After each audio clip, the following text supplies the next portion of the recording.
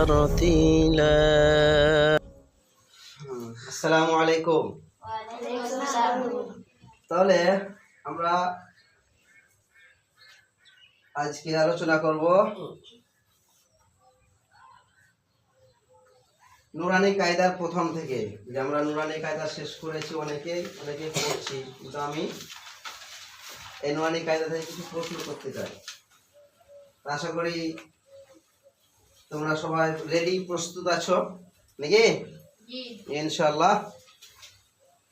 আমি সর্বপ্রথম আপনাকে ধরতে চাই মুস্তাক আহমদ, আপনি বলুন, আমরা যে নুরানি কায়দা পড়লাম, এই নুরানি কায়দার প্রথম পৃষ্ঠায় যে পড়াটা আছে, তো এই প্রথম পৃষ্ঠার পড়াটা কটা অক্ষর দিয়ে আছে? 29টি। আচ্ছা, 29টি অক্ষরকে কি বলা হয়? হরফে তাহাজ্জি। হরফে তাহাজ্জি। মাশাআল্লাহ। আপনি বলুন তো, হরফে এই তাহাজ্জি অর্থাৎ মুফরাদাত কাকে বলা হয়? মুফরাদ হরফে তাহাজ্জিকে মুফরাদ বলা হয়। হলো না, আপনি বলুন তো দেখি। আলাদা আলাদা হরফকে মুফরাদাত বলা হয়। আলাদা আলাদা যে অক্ষরগুলো আলাদা আলাদা থাকে তাকে বলা হয় মুফরাদাত। মুফরাদাত। তাহলে মুফরাদাত আলাদা আলাদা থাকে। আপনি বলুন দেখি যে মুরাক্কাবাত কাকে বলা হয়? জোড়া অক্ষরকে মুরাক্কাবাত বলা হয়। মাশাআল্লাহ। তাহলে একে অপরের সঙ্গে যখন অক্ষর লেগে থাকে তাকে তখন কি বলা হবে? মুরাক্কাবাত। 29টি অক্ষরকে কি বলা হয় আপনি বলুন দেখি। 29টি অক্ষরকে হরফে তাহাজ্জি বলা হয়। হরফে তাহাজ্জি, মাশাআল্লাহ। মুফরাদাত কাকে বলা হয়? মুফরাদাত আসছে না, আপনি বলুন। মুফরাদাত হরফে তাহাজ্জিকে। মুফরাদাত কাকে বলা হয়? আলাদা আলাদা হরফকে মুফরাদাত বলা হয়। আলাদা আলাদা মুফরাদাত বলা হয়। আপনাদেরকে দেখতে পায় না, তো আপনাদেরকে দেখি, তাতে জিজ্ঞাসা করব ইনশাআল্লাহ। হ্যাঁ, তো সাইনা খাতুন বলুন আপনি, মুফরাদাত কাকে বলা হয়? আলাদা আলাদা হরফকে মুফরাদাত বলা হয়। যে অক্ষর আলাদা আলাদা থাকে, একা একা থাকে, তাকে কি বলা হয়? মুফরাদাত। আর একে অপরের সঙ্গে মিশে থাকলে আপনি বলুন তাকে কি বলা হয়? মুরাক্কাবাত। আরবিতে হরফ কয়টি? আরবিতে অক্ষর কয়টি? 29টি। মাশাআল্লাহ। আপনি বলুন দেখি আরবিতে কয়টি অক্ষর? বলে আমি তো কসম করেছি। আপনি বলুন দেখি।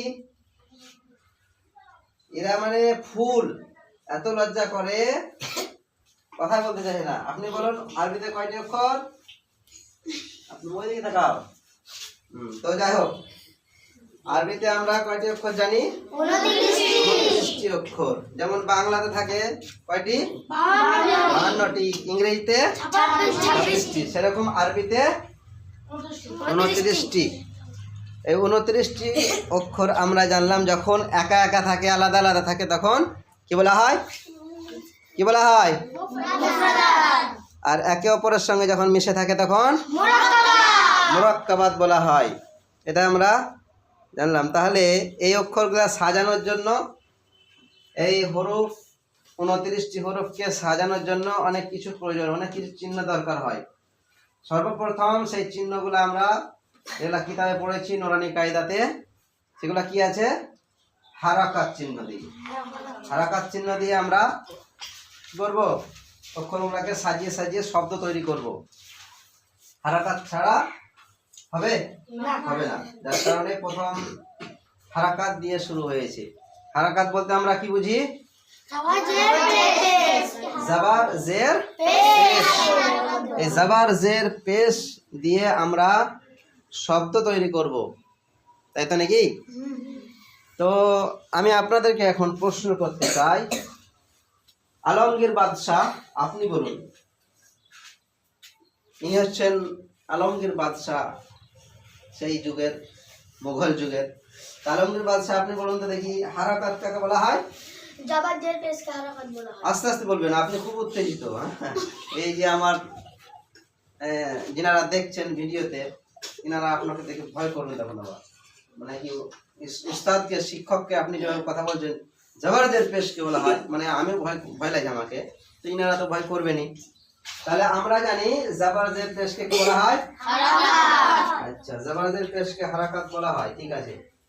তো জাবারকে কি বলা হয় আপনি বলুন দেখি? জেরকে কি বলা হয়? পেশকে কি বলা হয়? তাহলে জাবার কেও হারাকাত, জের কেও হারাকাত, পেশকেও হারাকাত। তাহলে আপনারা তো সবই পাচ্ছেন মাশাআল্লাহ নুরানি কায়দা থেকে। আপনারা কাউকে পড়াতে পারবেন তো? জি ইনশাআল্লাহ, ইনশাআল্লাহ। তাহলে আমরা সবাই কিন্তু বাড়িতে গিয়ে মা বাপকে পড়াবো। মা বাপ তো আমাদের কিছু জানে না, আলিফ কেমন হয় তাই জানে না। দাদুরা লাঠি নিয়ে বেড়াতো আগে দাদুরা লাঠি নিয়ে বেড়াতো, ওটা হচ্ছে প্রথম শব্দ আলিফ। বুড়া মানুষের সাহারা হয় আলিফ। তা আলিফ দিয়ে আমরা প্রথম অক্ষরটা চিনবো, আমার বাপ মাকে শিখাবো। আমার বাপ মারা আলিফও চিনি না, বা চিনি না, কেমন হয়? তাহলে জাবার জের পেশকে আমরা কি জানি? হারাকাত। এই হারাকাত যখন অক্ষরে লেগে যাবে এই চিহ্নগুলা, তখন আমাদের শব্দ তৈরি করতে সহজ হবে। তো কি বলছিলাম, আজকে আপনাদের সামনে আরো কিছু আলোচনা করতে চাই নুরানি কায়দা থেকে। যা হলো আমরা এতদিন শিখছি অনেক কিছু, মাসলা মাসাইল, হাদিস, দোয়া, মাসনুন দোয়া থেকে, হ্যাঁ তাই তো? আজকে তো শুক্রবার, পবিত্র জুমার দিন। আজকে গোসল করতে হবে, তাই তো? তো আমি এখন প্রশ্ন করছি আপনাকে, মুস্তাক আহমদ, আপনি বলুন গোসলের ফরজ কয়টি? 3টি। গোসলের ফরজ 3টি। সাব্বির খলিফা, আপনি বলুন 3টি কি কি? আপনি বলুন দেখি। 1 নাম্বার রোজা না থাকলে গড়গড় কুল্লি করা। আপনাকে বললাম না, আস্তে আস্তে বলুন, ভয় করবে ওনারা। 1 নাম্বার রোজা না থাকলে গড়গড় কুল্লি করা। 2 নাম্বার নাকের নরম হাড্ডি পর্যন্ত পানি পৌঁছানো। 3 নাম্বার পুরো শরীর সুন্দরভাবে ধৌত করা। মাশাআল্লাহ। আপনি বলুন উযুতে কয়টি ফরজ? 4টি ফরজ। 4টি ফরজ, মাশাআল্লাহ। নামাজে কয়টি ফরজ? 13টি। 13টি। নামাজের বাইরে কয়টি ফরজ? নামাজের বাইরে 7টি ফরজ। 7টি ফরজ। নামাজের ভিতরে 6টি। 6টি। টোটাল কয়টি? 13টি। 13টি ফরজ, মাশাআল্লাহ। আপনারা পারবেন তো নাকি? আপনি বলুন গোসলে কয়টি ফরজ? গোসলে 3টি ফরজ। উযুতে 4টি। নামাজে? 13টি। বাহ, মাশাআল্লাহ। তাহলে আমরা তো অনেক কিছু জানি। আমি আর একটু ছোট্ট করে জিজ্ঞাসা করব, আমরা হাদিস যেটা পড়ছি, প্রথম হাদিস বুখারী এবং মুসলিম শরীফের প্রমাণিত এই প্রথম হাদিস যে আমরা পড়ছি এখানে, সেই হাদিস, প্রথম হাদিসটা কি আছে? তরজমা সহ তুমি বলো। হাদিস নাম্বার 1। ঝাড়ি বলো। হাদিস নাম্বার 1, ইন্নামাল আমালু বিন্নিয়াতি, তরজমা সারে আমাল ইয়াচ্ছে বুখারী ও মুসলিম। এটা বাংলা অর্থ বলো, বাংলা অর্থ। এর বাংলা অর্থ সমস্ত আমল নিয়তের উপর নির্ভরশীল। বুখারী ও মুসলিম শরীফের হাদিস। আমরা যখন খেতে বসি, তো আমাদের সামনে যখন খাবার আসে, খানা আসে, সেই খানা সামনে আসলে কি দোয়া পড়তে হয়? খানার সামনে আসলে এই দোয়াটি পড়তে হয়, আল্লাহুম্মা বারিক লানা ফীমা রাযাকতানা ওয়া কিনা আযাবান নার। তো খাবার এলো, আমরা এটা পড়লাম। যখন খানা শুরু করে তখন কি পড়তে হয়? মাশাআল্লাহ, আমরা তো সবাই পাচ্ছি। আপনি পারবেন? খানা খাবার দোয়া বলুন।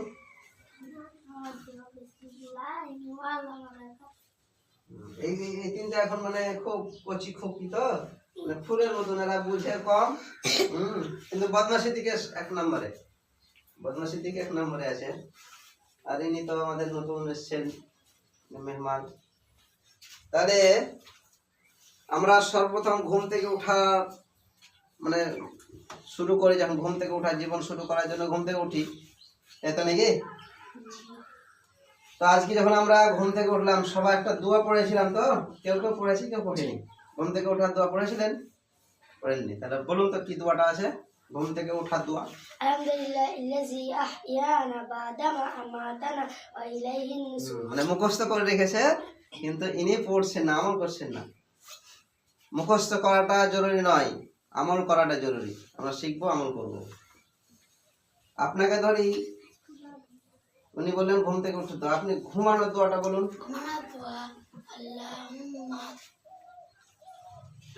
অনেক কিছু জানে কিন্তু লজ্জা করে তো, যার কারণে একটাও বলতে পারছেন না। আপনি বলুন ঘুমানোর দোয়া। আল্লাহুম্মা বিসমিকা আমুতু ওয়া আহয়া। আচ্ছা, মাশাআল্লাহ। তাহলে এই মাসনুন দোয়া আমাদের অনেক কিছু জানা আছে। সকালবেলায় চা খাই আমরা, চা খাওয়ার দোয়াটা বলুন দেখি। আল্লাহুম্মা বারিক লানা ফীমা রাযাকতানা ওয়া কিনা আযাবান নার। খানা খাওয়া দোয়া হয়ে গেল। আপনি বলুন দেখি চা খাওয়ার দোয়া।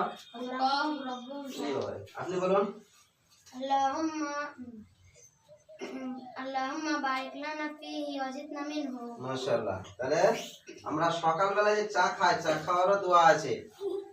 অনেকে জানে, ইনারাও জানেন কিন্তু ইনারা ভয় করছেন, ভয় বলে গেছে। মানে স্বাভাবিক ক্যামেরার সামনে এলে একটু ভয় লাগে। বিয়ের সময় কাবিননামাতে সই করতে যেমন বরদের হাত কাঁপে, তো এদেরকে যেটা যে কোনো জিজ্ঞেস করবেন আপনাদের সামনে বলে দেবে, ক্যামেরার সামনে ভয় করছে, কি গোটা দুনিয়া দেখবে। তো তো খানা খাওয়ার শেষে দোয়া আপনি বলুন দেখি, রিজওয়ান শেখ। খানা খাওয়ার শেষে দোয়া আলহামদুলিল্লাহিল্লাযী আহইয়ানা বা'দা মা তো ঘুম থেকে ওঠা দোয়া হয়ে গেল। আলহামদুলিল্লাহিল্লাযী শুরুতে আছে কিন্তু অন্যদিকে, মানে সোজা চলতে চলতে তুমি ভুল পথে চলতে লাগলা জি। আলহামদুলিল্লাহিল্লাযী আত'আমানা ওয়া আহিয়ানা নাই, আত'আমানা আছে, বলো এবার। আলহামদুলিল্লাহিল্লাযী আত'আমানা ওয়া সাকানা ওয়া জাআলানা মিনাল মুসলিমিন। মাশাআল্লাহ। তাহলে পারছেন কিন্তু বাচ্চা তো শিখছেন, এনারা এখনো পড়া তো কোনো বক্তা হননি, বড় আলেম হননি, তাই টুকটাক ভুল হতেই পারে। যদি আমরা খানা খাওয়ার সময় যে দোয়াগুলো আছে পড়া যদি ভুলে যাই তখন কি পড়বো? খানা খাওয়ার দোয়া ভুলে গেলে দোয়াটি ঝেড়ি বলেন। বিসমিল্লাহি আউওয়ালাহু ওয়া আখিরাহু। মাশাআল্লাহ। তাহলে খানা খাওয়ার দোয়া ভুলে গেলে তারও দোয়া আছে। তাহলে আপনি বলুন দেখি, বাথরুমে ঢোকার দোয়া আছে তো? বাথরুমে ঢোকার সময় কোন পা আগে দিতে হয়? কোন পা দিয়ে বাথরুমে ঢুকতে হয়? বা পা দিয়ে ঢুকতে হয়। তো ঢোকার আগে তো আমাদের দোয়া বলতে হয়, সেই দোয়াটা কি বলুন? বাথরুমে ঢোকার দোয়া আল্লাহুম্মা ইন্নী আউযু বিকা মিনাল খুবুসি ওয়াল খাবাইস। মাশাআল্লাহ। হ্যাঁ, তোমাকে আরেকটা ধরি দেখি, বাথরুম থেকে বার হওয়ার দোয়াটা বলেন। বাথরুম থেকে বার হওয়ার দোয়া গুফরানাকা আলহামদুলিল্লাহিল্লাযী আযহাবান্নি লাযা ওয়া আফানি। গলাটা ঝাড়তে হয়, যে শুনছে কি বুঝবে কি বলে গান গান গান করে। হ্যাঁ, নিজের মনে মনে গান গান করলে আল্লাহ বুঝে নেবে, কিন্তু কাউকে শোনালে তো পুরস্কার বলতে হবে নাকি? তাহলে আলমগীর বাদশাহ নাকি? তাহলে আমরা ভিডিও এই পর্যন্ত শেষ করে দিই, সময় নষ্ট না করে। আপনার নামটা বলুন, সব নিজে নিজের নাম বলবেন। আমার নাম মুস্তাক আহমেদ। ঝাড়ি বলেন। মুস্তাক আহমেদ। আপনার নাম? হাবিব খলিফা। আপনার নাম? আলমগীর শেখ। হাবিব। হাবিব হয় না, হাবিব শেখ হয়। আপনি? কলিমউদ্দিন শেখ। তানভীর হাসান। রিজওয়ান শেখ। আপনার নাম? আমান সিরাজ। আমান সিরাজ, ডবল নাম, বিরাট বড়। আপনি বলুন। সাহিনা খাতুন। আপনি? আলিয়া সুলতান। আপনি? সহিনা খাতুন। আপনি? মিলিকা। আপনি? মানে এদের সব সময় আওয়াজ কম, মানে এদেরকে হয়তো বাচ্চা অবস্থায় হরলিক্স মধু খাওয়াইনি। যাই হোক, আমরা মোটামুটি আলোচনা করলাম ভিডিওতে। অনেক কিছু শেখানো হয় আলহামদুলিল্লাহ। এদের সঙ্গে দেখবেন, বাচ্চাদেরকে কোথাও দেখা হলে এই দেখেন, এইটা হচ্ছে মুস্তাক আহমদ, তারপরে সাবির খলিফা, তারপরে আলমগীর বাদশাহ, তারপরে হাবিব শেখ, তারপরে রাহিমউদ্দিন, তারপরে ওই যে মুখ ঢেকে আছে সোয়াটার দিয়ে, কি এর নাম, তানভীর হাসান, তারপরে আছে ওই রিজওয়ান শেখ, তারপরে আছে আমান সিরাজ, তারপরে এই দেখছেন সাইনা খাতুন, তারপর আলিয়া সুলতানা, তারপরে শাহিদা খাতুন, তারপরে মিলি, তারপরে রিমা, তারপরে ওই লাস্টে বসে আছে আনিশা। আরও অনেকে ছিল, তারা চলে গেল কেউ বিভিন্ন কাজে। ঠিক আছে, তারা আজ এই পর্যন্ত। মাশাআল্লাহ, আলহামদুলিল্লাহ। আমরা এইভাবে আলোচনা করতে থাকবো। এই আলোচনার মাধ্যমে আপনারাও অনেক কিছু শিক্ষা অর্জন করতে পারবেন, শিখবেন। আসসালামু আলাইকুম ওয়া রাহমাতুল্লাহ।